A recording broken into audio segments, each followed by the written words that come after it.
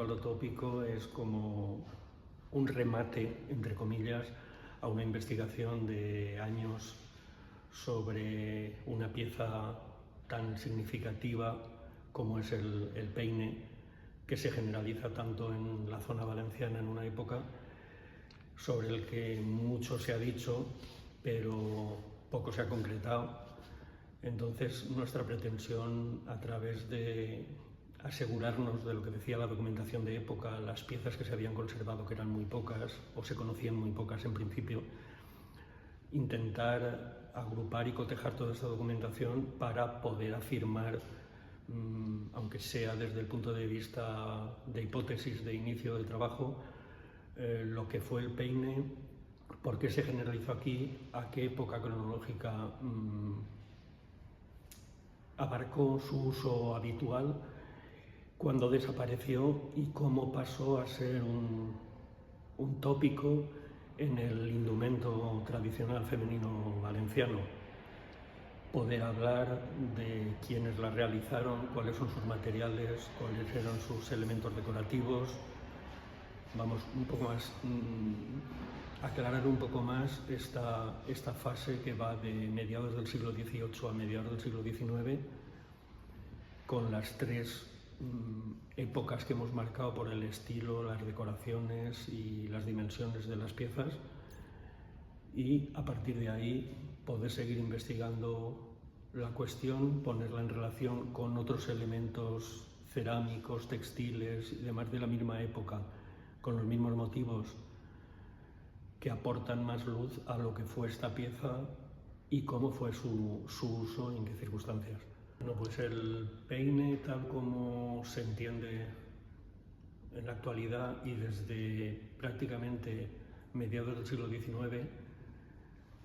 en la que se convierte ya en un símbolo de valencianismo o valencianía, porque incluso en la corte se pone muy de moda el vestirse de valenciana para los bailes de máscara de la corte. Entonces ya se habla de los aderezos que representan a la valenciana por lo frecuente que es en esa primera mitad del XIX, sobre todo en el primer cuarto del XIX, el uso generalizado del peine, cómo se extiende y cómo parece que está omnipresente en la ciudad y en el entorno, en la huerta,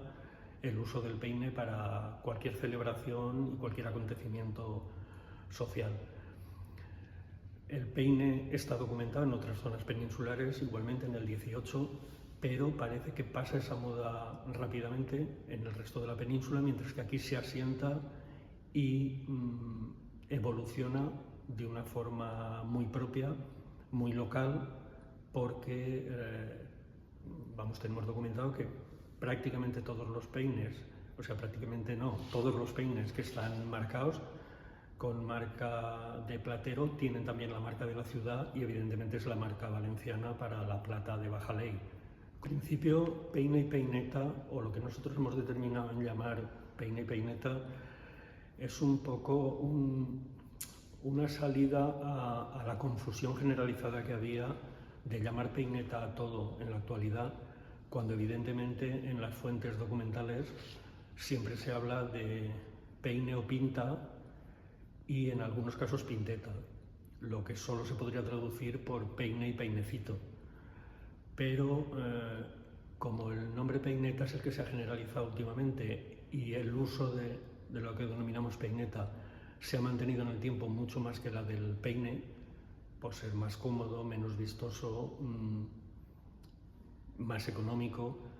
entonces hemos determinado mantener este nombre de peineta para la pieza rectangular, generalmente más pequeña, y peine para lo que en toda la documentación se ha denominado siempre desde antiguo peine o pinta. Las tres etapas que hemos hecho como hipótesis de trabajo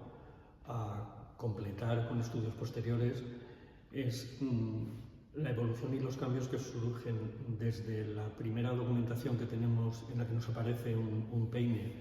que es en torno a 1740, hasta que ya nos desaparece de la documentación como su uso habitual en torno a 1850. Ese siglo del uso del peine de forma habitual diferenciarlo en los ejemplares que se han conservado, basándonos en su tamaño, en su decoración, en los elementos que ofrece. Hemos hecho 3 fases estilísticas. Una primera fase ocupa toda la segunda mitad del 18, en la que las rocallas son las que determinan el contorno de la pieza. Una segunda fase, que es el primer cuarto del siglo XIX, en la que se mantienen unas decoraciones abigarradas que llenan todo el campo, pero se simplifica, desaparecen las rocallas del exterior, la decoración rococó, y simplemente es o una decoración perlada, una orla perlada, o una orla vegetal encintada. Siguen siendo todas cinceladas, con un relieve cincelado que ocupa todo el campo del peine. Y ya por último, un segundo cuarto del siglo XIX, hasta su desaparición, en la que parece que hay como 2 subfases que se mezclan entre sí. Una primera con elementos cincelados, pero que ya ocupan un pequeño campo de todo el peine, y una orla que se hace cada vez más complicada y más compleja y más variada. Empiezan a aparecer muchas marcas muchas marcadas con la marca del artífice y con la marca de Valencia. Y ya terminan los peines con esa decoración central grabada y no cincelada, mientras que mantienen las orlas cinceladas alrededor, y ya son el tamaño máximo al que llega, que prácticamente el peine es tan alto como ancho. En esta exposición hemos querido dar el espacio que se merece a todas aquellas mujeres que fueron las usuarias finales de estas piezas, para las que además era una pieza de especial relevancia. Los peines formaban parte del conjunto que en la documentación aparece denominado como el oro, que los novios regalaban a las novias por su matrimonio. Y sin ser la pieza económicamente más costosa, sí que de alguna manera era la más importante simbólicamente, bien por su tamaño, bien por rematar físicamente el conjunto, pero esa preponderancia se ve perfectamente en los platos de boda, en las vajillas idílicas, donde adquiere muchísimo protagonismo.